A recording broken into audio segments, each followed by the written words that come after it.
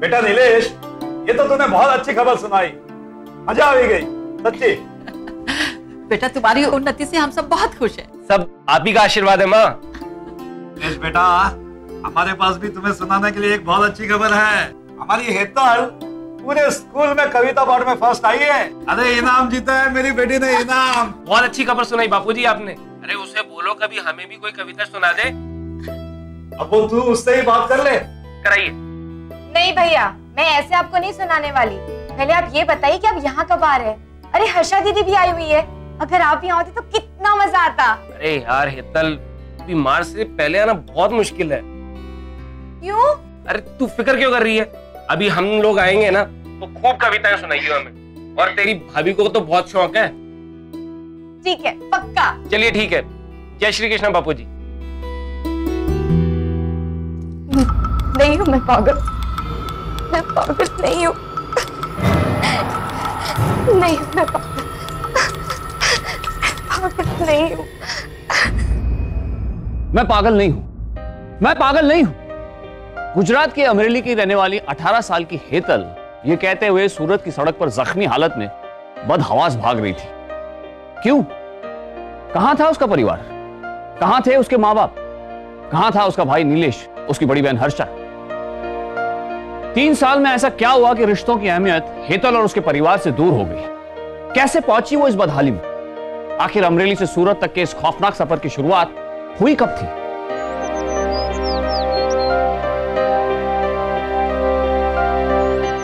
बेटा हम लोग मंदिर में चढ़ावा चढ़ाकर शाम तक वापस आ जाएंगे। हेतल का ख्याल रखना। बचपन से मैं इसी का तो ख्याल रखती आ रही हूँ, आप बिल्कुल भी चिंता मत कीजिए बापूजी। हेतल, बड़ी दीदी को बिल्कुल तंग नहीं करना। माँ आप चलो निकलो। जय श्री कृष्ण। जय श्री कृष्ण। जय श्री कृष्ण। चलिए।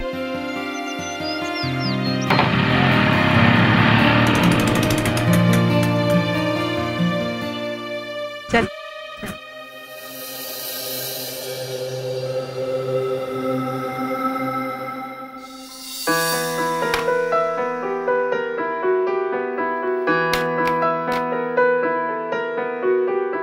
हर्षा दीदी, पापा का फोन नहीं लग रहा। ये लोग तो सुबह से निकले थे ना, अब तक तो इन्हें लौट आना चाहिए था। देख हेतल, तू परेशान मत हो, पता है ना मंदिर बहुत दूर है, वो लोग आते ही होंगे।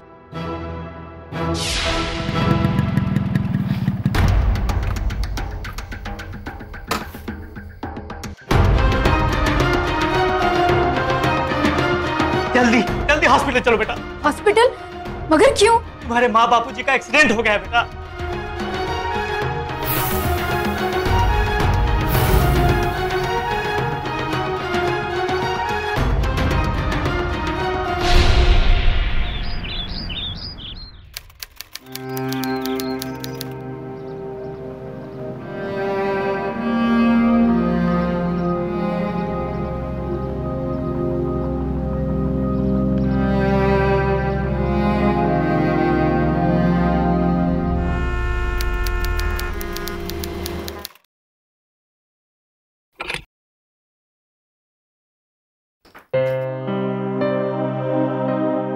ये कमरा तो तेरा है ही, अब इस घर को भी अपना ही समझना।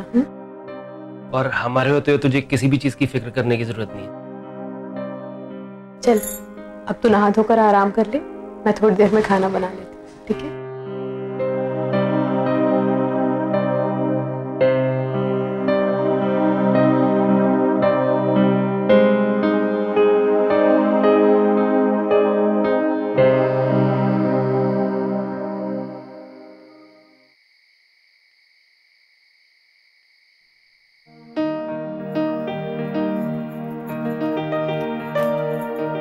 कभी कभी ना मुझे लगता है जैसे ये फाइल सी आपकी पत्नी है, जब देखो तब काम।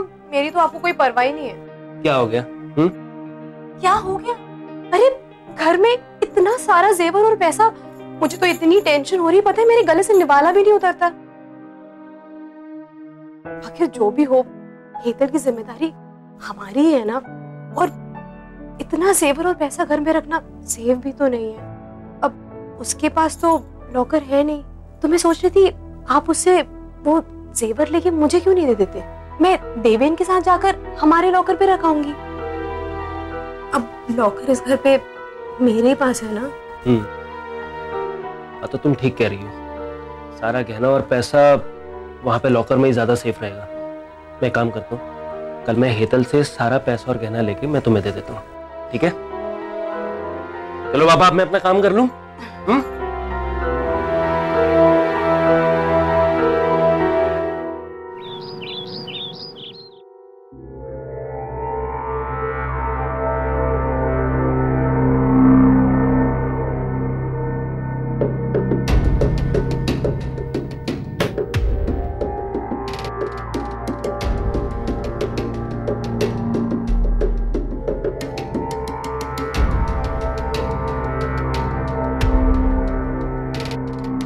अरे वाह हेतल, ये तो बहुत प्यारे हैं। अब ना तेरी शादी तक हम इसे संभाल कर रखेंगे। भैया, आपने पता लगाया कि मेरी कंप्यूटर क्लासेस कब से शुरू हो रही है? हाँ, मुझे सब याद है। आज शाम को जाके पता करके आता हूँ कि नई क्लासेस कब से स्टार्ट हो रही हैं। अरे अभी अभी तो तू आई है, कुछ दिन आराम तो कर ले। अरे हाँ दिला, हेतल को ना ढोकले बहुत पसंद है। तू ना एक काम कर, आज ना इसे मस्त ढोकले बना के खिला। नहीं, अरे बनाकर क्यों खिलाऊंगी, सिखाऊंगी इसे। क्यों हेतल, सीखेगी ना। वाह, आज तो पूरा नाश्ता बना डाला हेतल ने। नहीं, और मैंने ना किचन भी साफ कर दिया भैया। अरे वाह, बहुत बढ़िया। अच्छा भैया, वो मेरी कंप्यूटर क्लास का कुछ पता चला? वो गया था ना मैं वहाँ पे, तो अभी 1.5 महीने के बाद में शुरू होगा। 1.5 महीना? वो आपस में दोनों पार्टनर्स की कुछ इशू है, तो इसलिए थोड़ा सा टाइम लगेगा। अच्छा वो सब छोड़िए, ये बताइए कि हेतल बेन ने नाश्ता कैसा बनाया? बहुत अच्छा बना है बेटा। हेतल, मैं तो तुझसे कहती हूँ ये कंप्यूटर छोड़, शेफ बन जा तू। पर नहीं, जो करना है वो करेगी। लेकिन हेतल, मैं तेरे को ये बोल रहा था कि जब तक तेरी क्लासेस स्टार्ट नहीं होती तब तक तू अपनी भाभी से नए नए पकवान बनाने सीख ले। मैं तो तैयार हूँ बिल्कुल इसके लिए। और भाई, कल शादी करके अपने घर जाएगी तो ये सारी चीजें वहां पे काम आएंगी ना, और ये भी एक तरीके की कोचिंग क्लासेस ही हो जाएंगी। और इसकी प्रैक्टिस तो हम आज ही से शुरू कर सकते हैं। आज से? भूल गए आप, बताया था ना मैंने कि मेरी कुछ सहेलियां आने वाली, वो किटी पार्टी के लिए। अरे हाँ, अब उनके लिए खाना तो मुझे बनाना ही है। हेतल बेन मेरी मदद कर देंगी तो मेरा काम भी आसान हो जाएगा और ये भी सीख जाएंगी। क्यों हेतल? ठीक है। हेतल, कोल्ड ड्रिंक लेती आना। बहुत मजा आता है। लो कोल्ड ड्रिंक भी आ गई। मैंने तो सच में कान पकड़ लिया, आज के बाद मैं उनके घर तो बिल्कुल ही नहीं जाने वाली हूँ। हम यहाँ बैठेंगे, गप्पे शप्पे मारेंगे यूं। अरे लो लो, ग्लास उठाओ अपने अपने। हाँ, क्या हाथ मारा है तूने? कहाँ से पकड़ लाई है इसे? तू भी ना, अब क्या बताऊं, बिना माँ बाप के अनाथ है बेचारी। रो रो कर मुझे कहने लगी कि मुझे भी अपने साथ ले चलो। मुझे तो उस पर दया ही आ गई। मैंने कहा चलो ठीक है। बच्चे तो नहीं है हम, दया, और वो भी तुझे। तू भी ना बहुत बदमाश है, ये सुधरेगी नहीं बिल्कुल भी। हाँ हेतल, मुझे पता है कि वहाँ पे सब कुछ नया नया है ना, तो तुझे थोड़ी सी तो दिक्कत हो रही होगी। और अगर तू यहाँ आ जाएगी तो सच में मुझे बहुत खुशी होगी। लेकिन तू जानती है ना, यहाँ पे स्कूल भी तो अच्छे नहीं हैं। दीदी, मैं वो सब देख लूंगी ना, बस प्लीज मुझे आपके पास आने दो। हेतल, लेकिन तेरी पढ़ाई भी तो जरूरी है ना। दीदी, देखने यहाँ मेरा बिल्कुल मन नहीं लग रहा, प्लीज मुझे आपके पास आने दो ना। अच्छा ठीक है, तू आ जा, मैं तेरे जिया जी से बात करती हूँ। सच्ची ना? लेकिन हेतल एक बात पूछूं, वहाँ पे सब कुछ ठीक तो है ना? दीदी, वो ला जरा, मैं भी दीदी से बात करूं। तू जा, तब तक मेरे लिए पानी ले आ।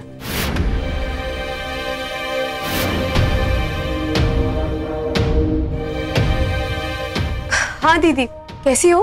हाँ अदिला, मैं तो बिल्कुल ठीक हूँ, लेकिन वहाँ पे सब कुछ ठीक तो है ना? क्योंकि हेतल कुछ परेशान लग रही थी मुझे।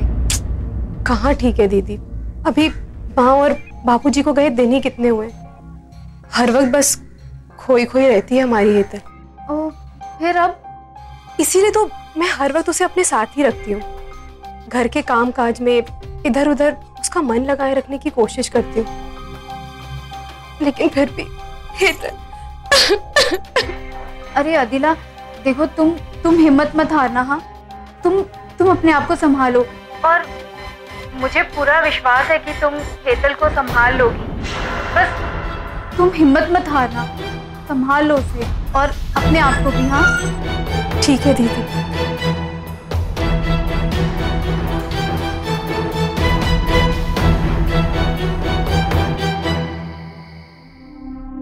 बदल गया है आंगन, बदल गया है मौसम, कुछ अच्छा सा नहीं लगता। हूं तो अपनों के बीच, लेकिन फिर भी क्यों कुछ सच्चा सा नहीं लगता।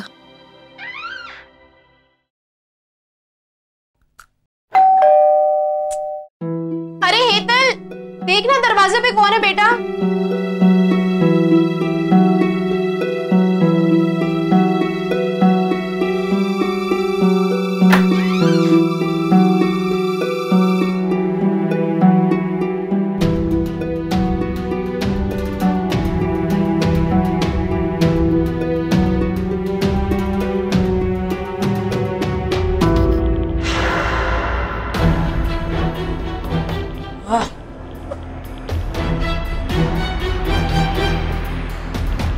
सुधरोगे नहीं तुम? भाई किसका हूँ? हेतल, जरा मेरे भाई के लिए पानी तो ले आना, बेचारा बहुत प्यासा। अदिला के छोटे भाई देवेन को उसकी इसी बेहयाई की वजह से उसके पिताजी ने घर से बेदखल कर दिया था। लड़कियों के साथ बदसलूकी करने के बाद लोगों से सरेआम पिटना देवेन के लिए कोई नई बात नहीं थी। हालत अदिला की भी कुछ ऐसी ही थी। जब अदिला के पिता ने यह भाप लिया कि उसका किसी शादीशुदा आदमी से रिश्ता है, तो उन्होंने उसकी शादी हेतल के भाई नीलेश से कर दी। ऐसे में भाई और बहन दोनों हेतल की जिंदगी में मुसीबत बनकर आ चुके थे।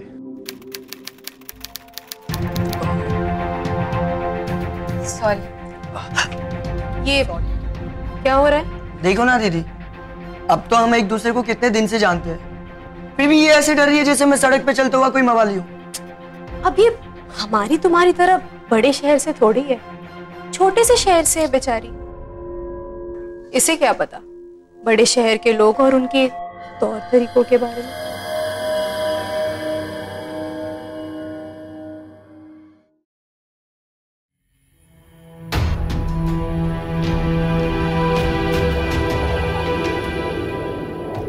मैं क्यों पैसे दूं हेतल? समझने की कोशिश करो आदिल, तुम जानती हो ना कि वो इस कंप्यूटर क्लास का कब से इंतजार कर रही है। तुम्हें कितनी फिक्र है ना उसकी, और मैं तो जैसे कुछ हुई ही नहीं। अरे मेरा कहने का वो मतलब नहीं था, कल उसके मिशन का आखिरी दिन है और उसके जितने भी पैसे थे वो मैं सारे पहले ही इन्वेस्ट कर चुका हूँ। तो इसमें मैं क्या करूँ? अरे बाबा, जब तक उसके वो पैसे वापस नहीं आ जाते तुम ना अपने अकाउंट में से मुझे थोड़े बहुत पैसे तो दे सकती हो ना, उसमें कौन सी बड़ी बात है। अब बड़ी दीदी को पता चलेगा तो उन्हें कैसा लगेगा? हाँ, बड़ी दीदी को बुरा लगेगा, हेतल को बुरा लगेगा, तुम्हें बुरा लगेगा, बस। और मैं जाऊं भाड़ में। आदिला, क्या मिला मुझे तुमसे शादी करके? हाँ, तुम्हारी नौकरी, ये घर, और तो और जो बिजनेस तुम शुरू करने जा रहे हो ना, वो भी मेरे बापूजी की वजह से। और तुमने किया क्या मेरे लिए? तुम कैसी बातें कर रही हो? हाँ, तो गलत क्या कह रही हूँ? सोचा था कि तुम्हारे माँ और बापूजी के जाने के बाद शायद कुछ मिले, लेकिन नहीं। और वो सारे जेवर भी हेतल के नाम। मैं सचमुच कुछ नहीं। अब बेचारी हेतल का क्या दोष है? देखो, ये दोष वोश ना मुझे नहीं पता, मुझे सिर्फ इतना पता है कि मुझे तो उसकी शक्ल देख के चिढ़। और वैसे भी घर की जायदाद में बेटियों का कब से हिस्सा होने लगा? इसका मतलब है सब कुछ तो तुम्हारा हुआ ना, मतलब मेरा। हाँ पापा, सब कुछ तुम्हारा ही, लेकिन प्लीज थोड़ी धीरे बोलो, कहीं हेतल ना सुन लेगी तो क्या? मैं क्या कुछ गलत कह रही हूँ? ठीक है, तुम ही बताओ आगे क्या करना है। ये सब ना मुझसे मत पूछो, मुझे सिर्फ इतना पता है कि आज के बाद ना इस हेतल के लिए मेरे या मेरे पैसे की तरफ देखना भी।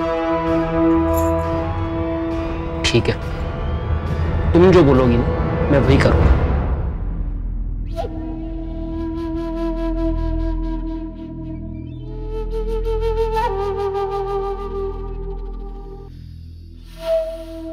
क्या कहा तूने? मैं जानबूझ के तेरा एडमिशन नहीं करा रहा? हाँ? नहीं भैया, मेरा वो मतलब नहीं था। अरे वहां पे एडमिशन करवाना कोई खाना बनाने का काम नहीं है। 50,000 रुपए लगते हैं डोनेशन के लिए, समझी तू? और बिना पैसे के ना तुझे वहां पे खड़ा भी नहीं होने देगा कोई। और अभी तेरा एडमिशन कराने के लिए मेरे पास पैसे नहीं, जब होंगे तो करवा दूंगा तेरा एडमिशन।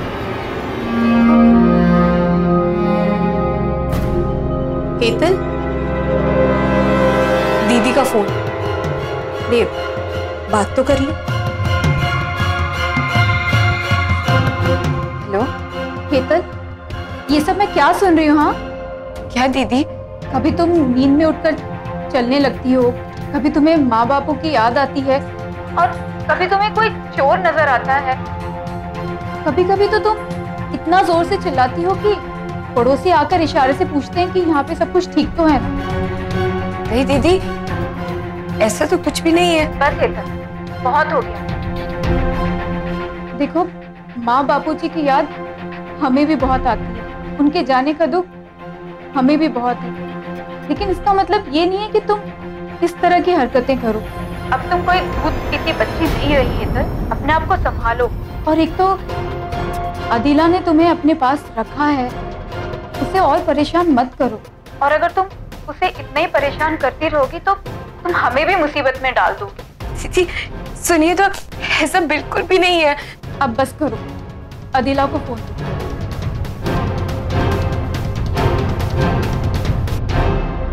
हाँ दीदी, अब आप ही बताइए मैं क्या करूं? क्या कमी हो गई मुझसे कि ये सब? नहीं अदिला, इस बार ना उसकी गलतियों को नादानी समझ के माफ कर दो।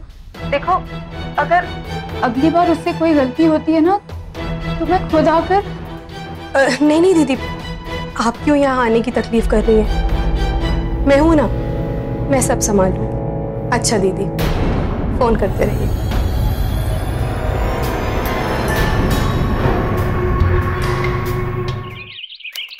हेलो,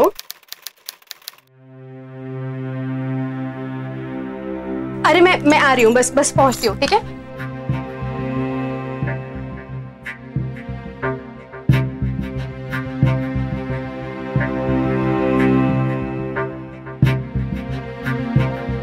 हेतल, मैं बाहर जा रही हूँ, घर का ध्यान रखना।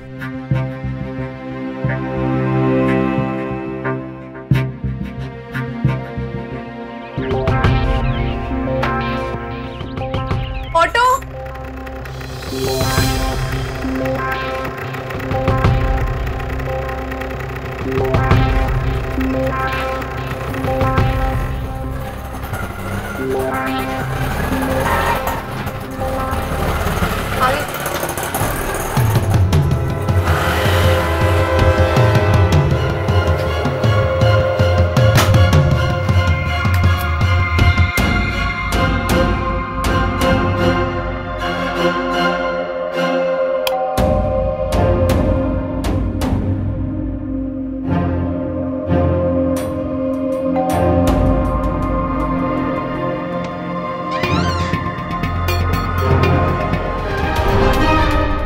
सब्र नाम की चीज नहीं है ना तुझे?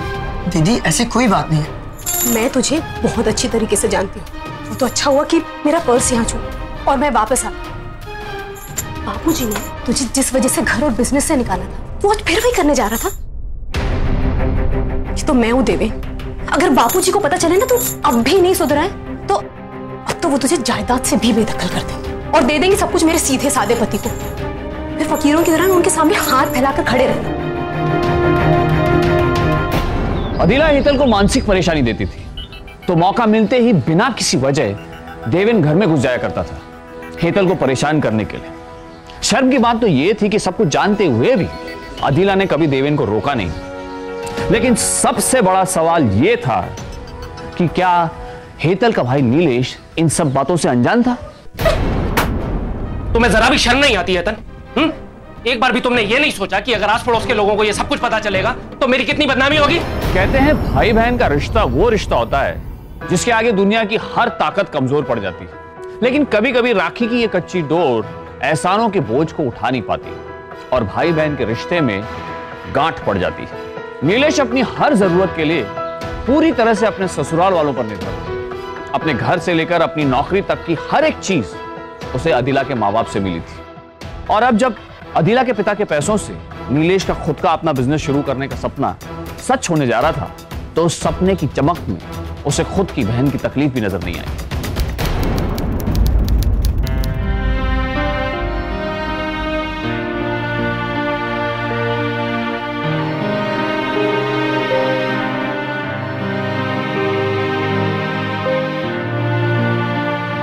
आज के बाद अगर अपनी जबान खोली तो तेरी टांगे तोड़, समझी?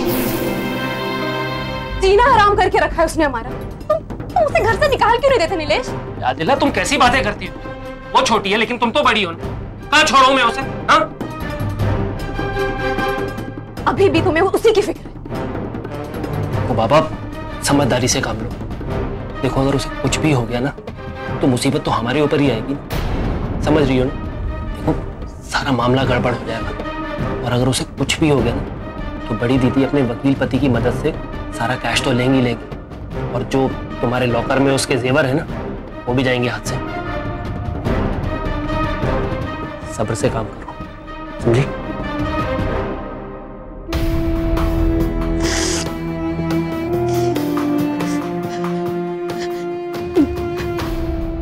मैं नहीं रहूंगी अब,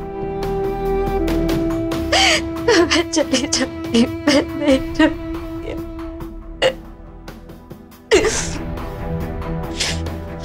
मैं नहीं रहूंगी।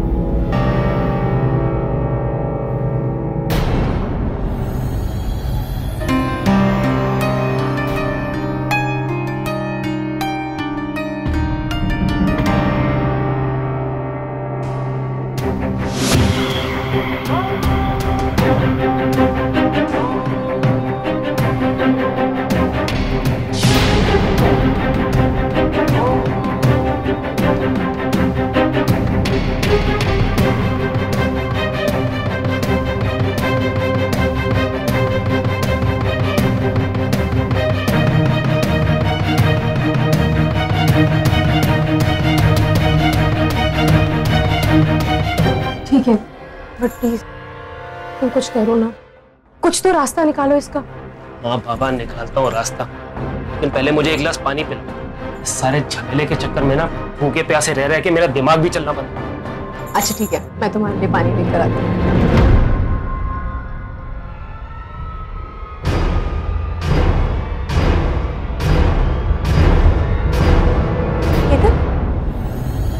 नीलेश, वो भाग रही है। पकड़ो उसे।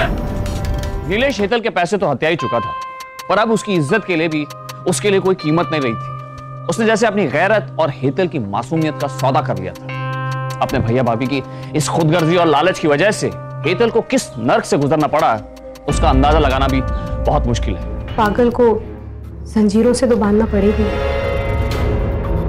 खतरा हो सकती है। उसका जिंदा रहना हमारे लिए मुसीबत ना बने तब तक। तो तुझे ये अब भी अच्छी लगती है? क्या दीदी तुम भी।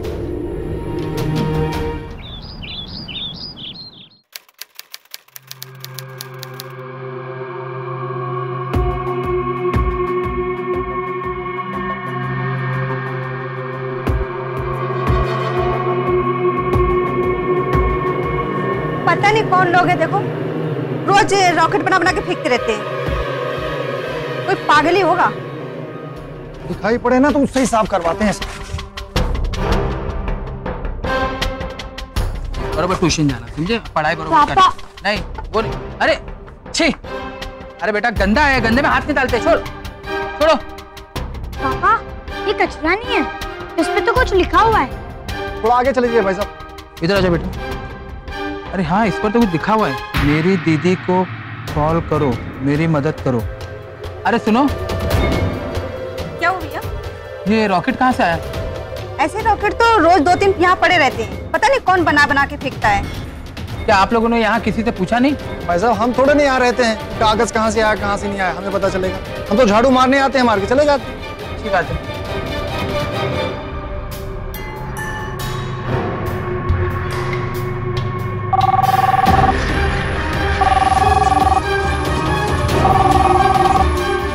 हेलो हर्षा दीदी, कैसी हैं आप हेतल बहन को देखने आ रही है? हाँ अदिला, मैं आ रही हूँ और मैंने अहमदाबाद में एक बड़े डॉक्टर से बात भी कर ली है। ये तो बहुत अच्छी बात है। ठीक है, आप आ जाइए, मैं नीलेश को बता दूंगी। जी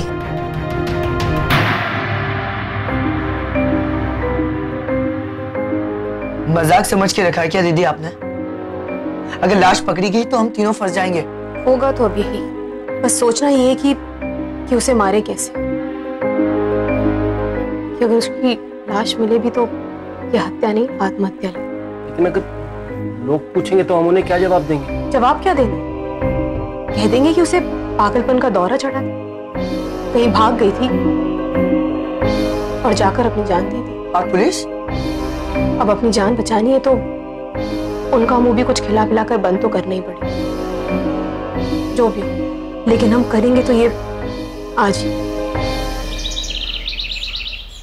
इतना संभाल कर रखा था उसे दीदी, पता नहीं भी कैसे गई कहाँ, पता नहीं। कल तो यहीं पे थी, अचानक पता नहीं क्या हुआ उसे, किसी को कुछ भी नहीं पता कि हेतल खाकर कहाँ चलेगी। भगवान करे वो जहाँ भी हो ठीक हो, पता नहीं किस हाल में होगी बेचारी, पूरी तरह से पागल हो गई थी। अदिला, अगर उसकी दिमागी हालत खराब होती तो उसे मेरा फोन नंबर कैसे याद था? अगर उसमें जरा भी समझ नहीं होती तो वो मुझ तक ये खबर कैसे पहुंचाती? आपके कहने का मतलब क्या है दीदी? यही कि कोई तो ऐसी बात थी जो वो मुझे बताना चाहती थी। तो आप ये कहना चाहती हैं कि मैंने उसे जबरदस्ती पागल बनाकर यहाँ पे बंद करके रखा हुआ था? देखो नीलेश, आपस में बहस करने से कोई फायदा नहीं है। एक बार हेतल मिल जाए सब कुछ साफ हो जाएगा। हमें पुलिस को रिपोर्ट करनी चाहिए।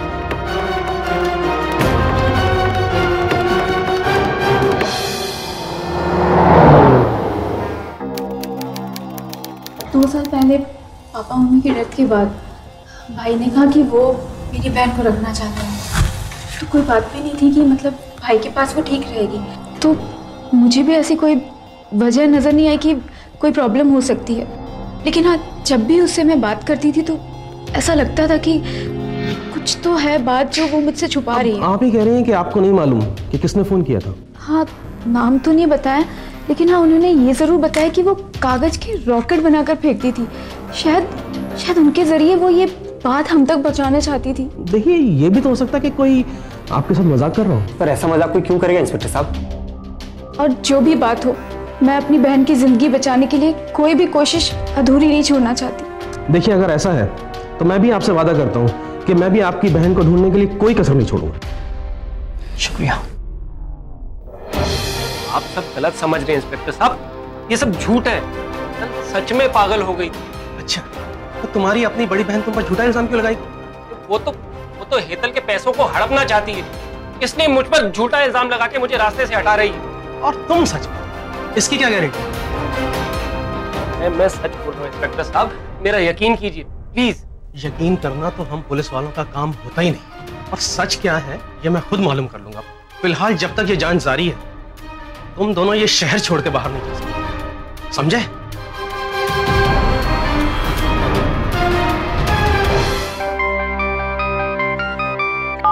हेलो, क्या ये आप क्या कह रहे हैं? ऐसा कैसे हो सकता है? सुनो जल्दी। डॉक्टर कैसी है मेरी हेतल? वो ठीक तो हो जाएगी ना? ये तुम्हें उसके होश में आने के बाद ही बता पाऊंगा। लगता है उसे एक लंबे अरसे से भूखा पैसा रखा गया है। अच्छा अच्छा,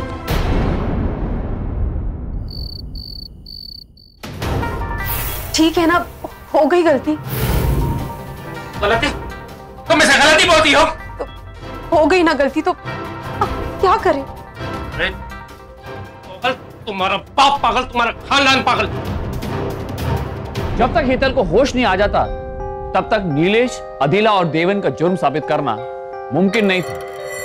लेकिन हैरानी भरा सवाल यहां यह उठता था कि आखिर हेतल जिंदा कैसे बच गई, और देवन जिसे हेतल को मारने की जिम्मेदारी दी गई थी वो कहां छुपा हुआ था? आखिर उसका फोन स्विच ऑफ क्यों था? क्या देवन हेतल की हत्या करने में असफल रहा, या ऐन वक्त पर देवन को हेतल पर दया आ गई थी? ऐसे कई सवाल थे जिनका जवाब हेतल के होश में आने पर ही मिलता। लेकिन तब तक सबसे जरूरी था हेतल का पूरा ध्यान रखना, और हर्षा ने वही किया। वो दिन रात उसकी सेवा में जुट गई। आखिरकार उसे कामयाबी मिली। मुझे घर लेके चल के काम कर रहा। नीलेश और अदिला को बाहर निकाला और थाने ले गए। इधर जैसे ही देवन को होश आया तो वो अपनी जान बचाने के लिए मुंबई भाग निकला, मगर सक्षम पुलिस ने उसे वहां भी ढूंढ निकाला। नीलेश, अदिला और देवन पर मुकदमा चला और उन्हें आईपीसी की धारा 307, 367 और 378 के तहत हत्या करने की कोशिश और साजिश करने, अपहरण करके मानसिक और शारीरिक शोषण करने और ठगी करने के जुर्म में सजा मिली। हर्षा ने हर मुमकिन कोशिश की हेतल के जहन से उस दर्दनाक दौर की कड़वी यादें मिटाने के लिए, और वो कामयाब भी रही। क्योंकि अगर हमारे अपने मुश्किल वक्त में हमारे साथ ना हो तो छोटी से छोटी कठिनाई भी हमें अपाहिज बना देती है। पर जब परिवार का साथ हो तो इंसान बड़े से बड़े सदमे से भी लड़ जाता है। रिश्तों के ये कच्चे धागे ही हैं जो जिंदगी के सुख दुख को एक साथ बांध कर रखता है। इसीलिए यह जरूरी है कि दूसरों की सुनने की बजाय पहले अपने परिवार की सुने, उन पर विश्वास करें, एक दूसरे की मदद के लिए हमेशा तैयार रहें, सतर्क रहें, सावधान रहें। इसी उम्मीद के साथ मैं हितेन तेजवानी आपसे इजाजत लेता हूं। फिर होगी मुलाकात, तब तक सावधान इंडिया, इंडिया फाइट्स बैक।